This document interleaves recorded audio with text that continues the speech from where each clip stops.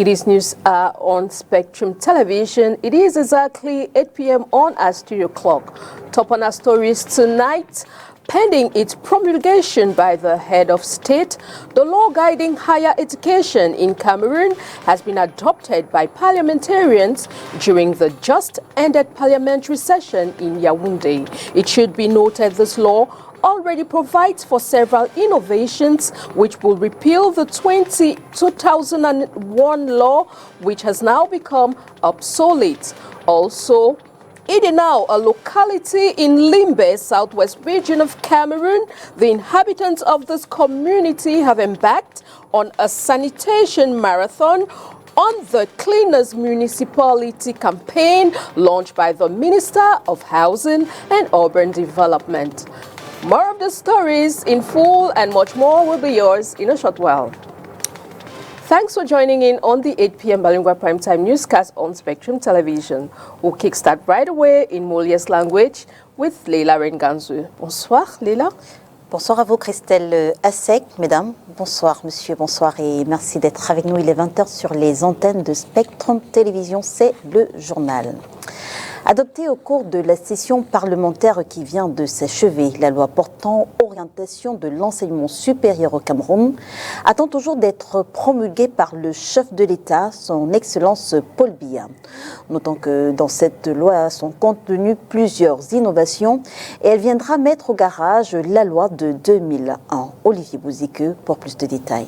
L'enseignement supérieur est confronté à l'accroissement exponentiel des étudiants, des effectifs, du personnel enseignant et non enseignant, ainsi que du nombre des universités d'État, en plus des institutions privées. Ce qui provoque l'aggravation des charges dans un contexte budgétaire particulièrement contraignant, l'inadéquation entre les offres de formation et les besoins des milieux sociaux professionnels au nombre des difficultés. Ce nouveau texte a pour but de réformer et de moderniser la gouvernance universitaire dans le pays. Il abroge la loi du 16 avril 2001 en vigueur, issue de la réforme universitaire de 1993, qui semble aujourd'hui obsolète et en déphasage avec les évolutions mondiales et les différentes mutations ayant marqué l'université dans le monde.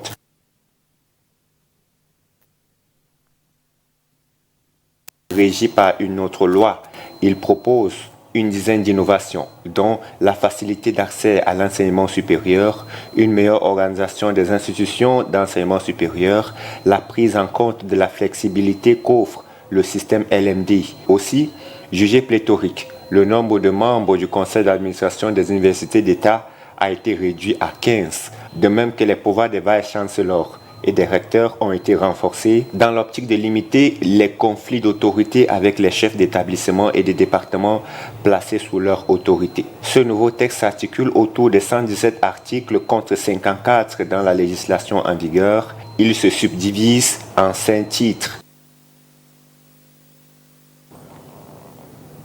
Gestion du fret terrestre, le Bénin à l'école du Cameroun. Une délégation béninoise séjourne en ce moment en terre camerounaise afin de s'inspirer de l'expérience camerounaise venue il y a 2 ans pour une mission d'exploration. Cette fois, il est question d'imprégnation. Orient Duncan. Pendant une semaine, les hôtes béninois vont se frotter, entre autres, au système de gestion du fret routier camerounais, mais davantage à la plateforme digitale dénommée LandFret, utilisée par le Bureau de gestion du fret terrestre du Cameroun, BJFT. Nous avons été agréablement surpris de constater nous-mêmes que nos frères béninois ont pensé qu'il faille que nous soyons ensemble, c'est-à-dire que nous regardons ensemble vers la même direction à travers la mise en place d'un système qui paraît pour nous une panacée parce qu'aujourd'hui, qu'on l'accepte ou qu'on le refute, la digitalisation est inéluctable. C'est la panacée à l'heure actuelle. On n'a pas de choix que de se lancer dans cette voie. Le Cameroun a pris le risque d'y aller et nous pensons que nous avons plus ou moins réussi et nous sommes heureux de constater que nos amis béninois pensent qu'il faille s'inspirer de l'expérience camerounaise. Venue en août 2022 dans une dynamique de benchmarking, cette fois la mission est en pleine imprégnation. Oui, ça va sûrement apporter des impacts. On va rencontrer les experts techniques et métiers qui ont mis en application ce système et qui travaillent sur ce système. À la fin de la mission, la délégation va former des recommandations. La délégation qui est composée des agents de l'État, des agents de la NAT, et en même temps des transporteurs qui sont nos partenaires.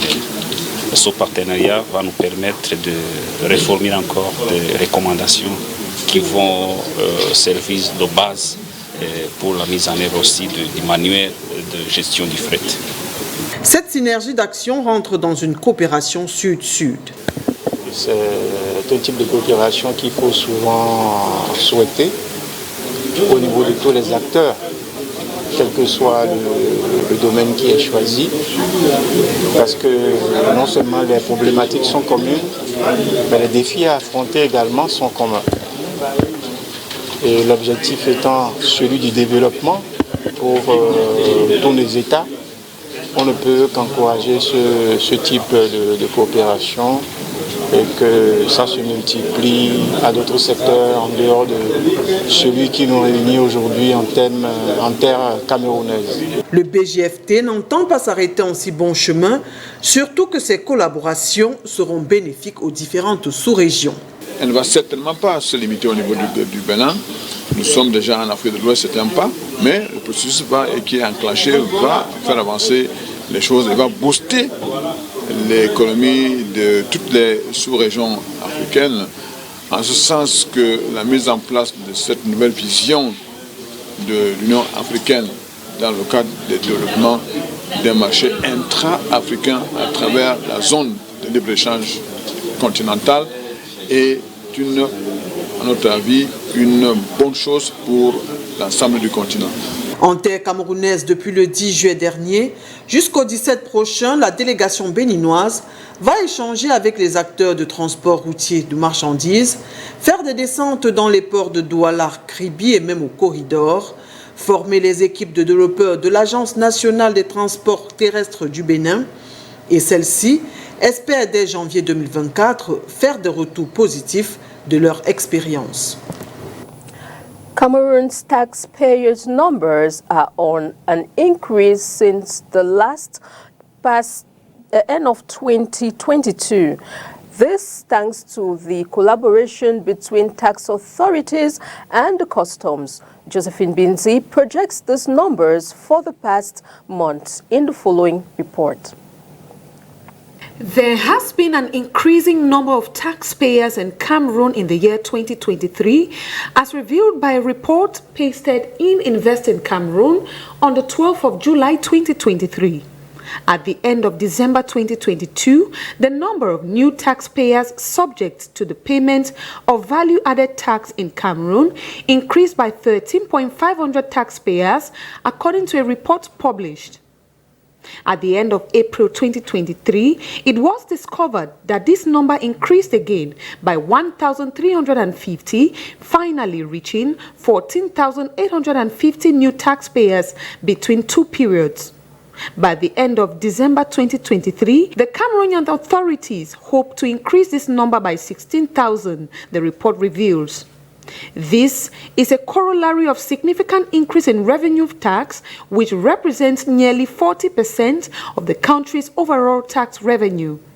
This change in the number of taxpayers subject to payment of value-added tax argues that the Bretton Woods institution is a result of better coordination of activities between the General Directorate of Taxes and the General Directorate of Customs. The IMF, however, does not explain the springs of better collaboration, but we remember that June 2016, the Tax and Customs Administrations of Cameroon are bound by partnership agreement. Concretely, through a platform called Fusion, the result of cooperation between Cameroon and GIZ, the German Cooperation Agency Customs and Tax Collect, share and analyze data on respective activities that, according to Cameroonian authorities, to avoid losses often recorded during the collection of VAT, for example. Désordre urbain à Yaoundé, le marché Toudi complètement bloqué par les commerçants. Ces derniers viennent d'être priés par la mairie de la ville de libérer la gare routière. D'ailleurs, l'institution annonçait pour ce 12 juillet la construction et l'aménagement d'espaces marchands adaptés. Une promesse toujours pas tenue aux plus grandes dames des commerçants. Inès Pangan. Véhicules et autres engins en 2 roues interdits d'accès au marché Etoudji. Les commerçants ont envahi l'axe qui permet de rallier le lieu dit Mangué à partir du carrefour. La raison pour expliquer ce désordre, le mauvais état de cette route, finalement remblée et occupée à contre-cœur par ces commerçants. Ici à Etoudji, tout a vraiment changé. Voilà par exemple la route qui du carrefour vers Mangué. C'est totalement devenu un grand marché. Et de mon point de vue, je ne vais pas trop accuser les commerçants. Parce que même avant cela, au milieu de la route, il y avait tout un lac. On pouvait venir pêcher les poissons à l'intérieur du lac. Et après ça, je ne sais pas si c'est le gouvernement, ils ont un peu essayé d'arranger. Mais je n'ai pas vraiment trouvé ce travail vraiment positif. Ils ont mis la terre partout en route. Et quand il pleut, ça devient la boue totale. Raison pour laquelle les commerçants ils ont grévé quoi. Ils disent que oui, tant que la route n'est pas vraiment bonne, ils décident alors de vendre en route. Et c'est comme ça là qu'on peut constater. Ça passe partout que la route est est bloquée. Franchement, parce qu'on a tant attendu et toujours pas de changement. D'un moment à un autre, la police va arriver, commencer à dire qu'enlever. Et les gars du ticket sont toujours là. Ils réclament. Au cas où tu ne veux pas payer, ils saisissent la marchandise. Et quand tu leur poses la question ils interdisent la vente en route. Et le ticket qu'ils prennent, ça part où ils disent que non, c'est tout la commune, tout ça. Donc moi vraiment, je ne comprends vraiment pas ce qu'ils veulent. On veut casser au marché, quand on voit en route comme ça là, on se cherche au goudron quoi. Et quand c'est aussi comme ça, là, on nous chasse aussi partout parce qu'on veut casser la gare routière de Toudji ici là. Avant tu étais à la gare routière de Toudji? Oui, avant j'étais de l'autre côté là. Petit à petit, chaque jour les problèmes. Ils viennent comme ça de bagarrer même ici là, ça ne donnait pas. Bagarrer pour la place? Non, pour la place non. Tu discutes, il n'y avait pas moyen. Et c'est à même le sol que les vivres sont vendus à proximité de détritus. Regardez le marché Etoudji, comment c'est pourri. Les gens vendent la poubelle, les légumes dans la boue, dans la poubelle. Après, on va parler de choléra à Yaoundé. Choléra partout, choléra. Voici le vrai choléra ici au marché Etoudji. Vraiment. Pourtant, à quelques mètres de là, se trouvent des boutiques encore en chantier. Les vendeurs nous avouent que les travaux ont commencé en 2010. À cette époque, ils avaient été déguerpis par le maire de la ville et avaient dû verser une somme d'1 million de francs CFA avec la promesse d'occuper des espaces mieux aménagés. Toutes les femmes qui avaient les boutiques ici au marché, on a versé l'argent à la mairie. On ne versait pas par derrière, on partait dans le bureau de Timi Mbouna, verser de l'argent. Et jusqu'à 13 ans aujourd'hui, on ne nous a jamais fini les boutiques. On leur demande de nous livrer même les boutiques avant qu'on finisse. On ne nous livre pas. Vraiment, nous sommes dépassés. Autre début de chantier annoncé pour ce 12 juillet 2023, celui de la construction d'un complexe commercial sur le site de l'ancienne gare routière d'Etoudji. Fatigués d'attendre sa réalisation, certains commerçants ont soit décidé de ne pas libérer les lieux. Donc, tantôt on dit qu'on va casser tel jour. Donc le jour arrive, on ne casse pas. Vous voyez, et ça nous mobilise. Soit on casse, soit on ne casse pas. Et ce qui concerne la casse, moi je me dis que c'est pas pour maintenant. Pourquoi? Parce que le marché n'est pas encore fini, la route même n'est pas encore finie. Donc je ne vois pas pourquoi on doit venir entrer encore à la gare routière, casser la gare routière et laisser aussi. Pourquoi s'embrouiller? Pourquoi ne pas finir avec un et continuer avec l'un et l'autre? Soit de construire à leurs frais d'autres boutiques en matériaux provisoires sur un autre espace. C'est la mairie, non? Il nous a donné un terrain que allez où tout le monde construit avec son propre moyen. Bon, on est venu construire ici. Depuis qu'on nous avait donné la date qu'on va casser, on n'a pas encore cassé. On est toujours là, on attend. On a construit On voit venir installer, mais on voit, on ne casse pas. Bon, on ne connaît même plus ce qu'on va faire. Interrogé sur ce qu'il en est réellement, le commissaire de cet espace marchand nous révèle que seul le maire de la ville de Yaoundé peut nous éclairer.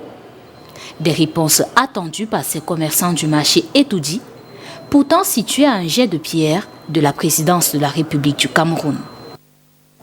From Yaoundé, we now take you over to Idinao, a locality in the southwest region of Cameroon, where the locals have embarked on a clean sanitation task on the Cleanest Municipality campaign launched by the Minister of Housing and Urban Development. However, the authorities of Idinao are confident to emerge the winners in this campaign.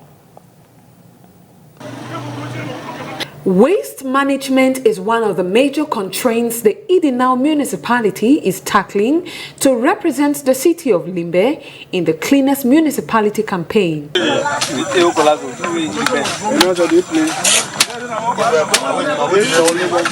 Inhabitants, both young and old, have rallied to keep their area garbage-free, launched by the Ministry of Urban Development. Clean city exercise.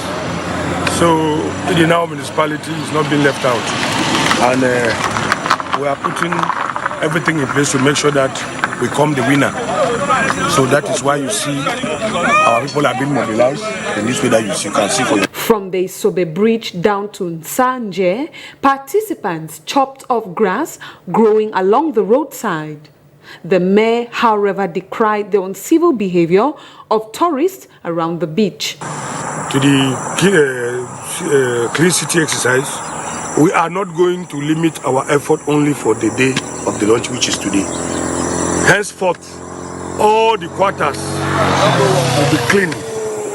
I'm calling on my population to work hard to make sure that not only today, you make sure that your environment, your vicinity should be clean. Because it is not only for the competition that we are going in for. We want to make it now a clean city. Naturally, not that because of a competition. We want that if you come to Idinao to eat fresh fish from the sea, you at least you feel free and the environment will be conducive for you. This cleanup campaign seeks to enable the population understand the dangers of a polluted environment detrimental to our health. According to some inhabitants, Idinao stands a chance alongside over 20 municipalities in competition. Transport routier, les compagnies de voyage de Yaoundé totalement inondées de passagers. L'affluence due aux vacances scolaires impose de nouvelles programmations, mais également de nouvelles consignes. C'est un reportage d'Olivier Bozigue. Les vacances arrivées, les compagnies de transport au quartier Van saturées. Les passagers font de longues files d'attente pour s'offrir un billet, chacun sa destination. On va à Kribi, très belle ville, hein, donc j'espère que tout va bien se passer.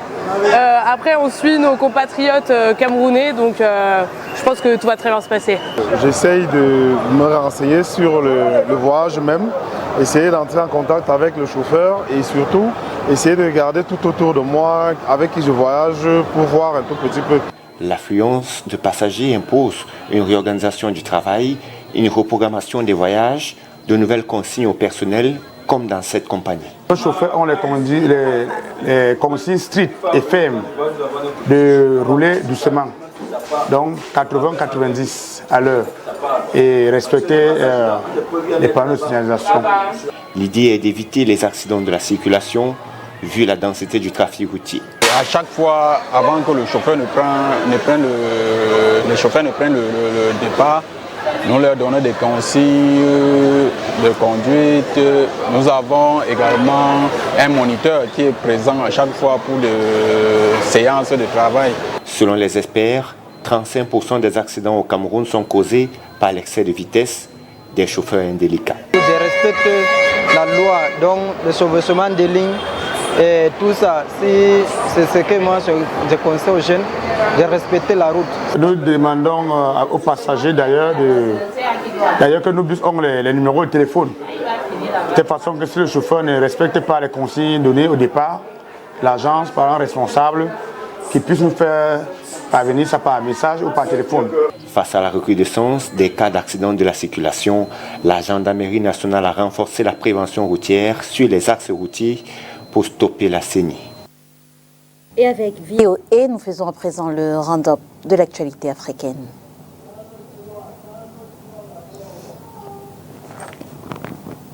Plus de 10 800 personnes, dont des femmes et des enfants, issus de 9 villages de la commune de Ouro-Guéladjo au Niger, ont été contraintes de quitter leur maison depuis début juillet. Le Bureau des affaires humanitaires de l'ONU à Niamey indique que ces habitants fuient les violences perpétrées par des éléments présumés de groupes armés non étatiques présents dans la région de Tillabéri et dans la zone des 3 frontières.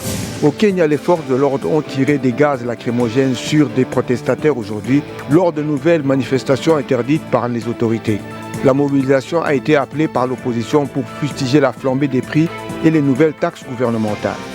C'est au Kenya que le président iranien a entamé aujourd'hui sa tournée africaine, la première d'un dirigeant de l'Iran depuis 11 ans. Ebrahim Raïssi a eu un tête-à-tête avec son homologue kenyan William Ruto. Les deux chefs d'État se sont engagés à renforcer les liens entre les deux pays. Une vingtaine de camions ont été incendiés ces derniers jours en Afrique du Sud, une mystérieuse série qualifiée de sabotage économique par le président Cyril Ramaphosa. L'enquête se poursuit.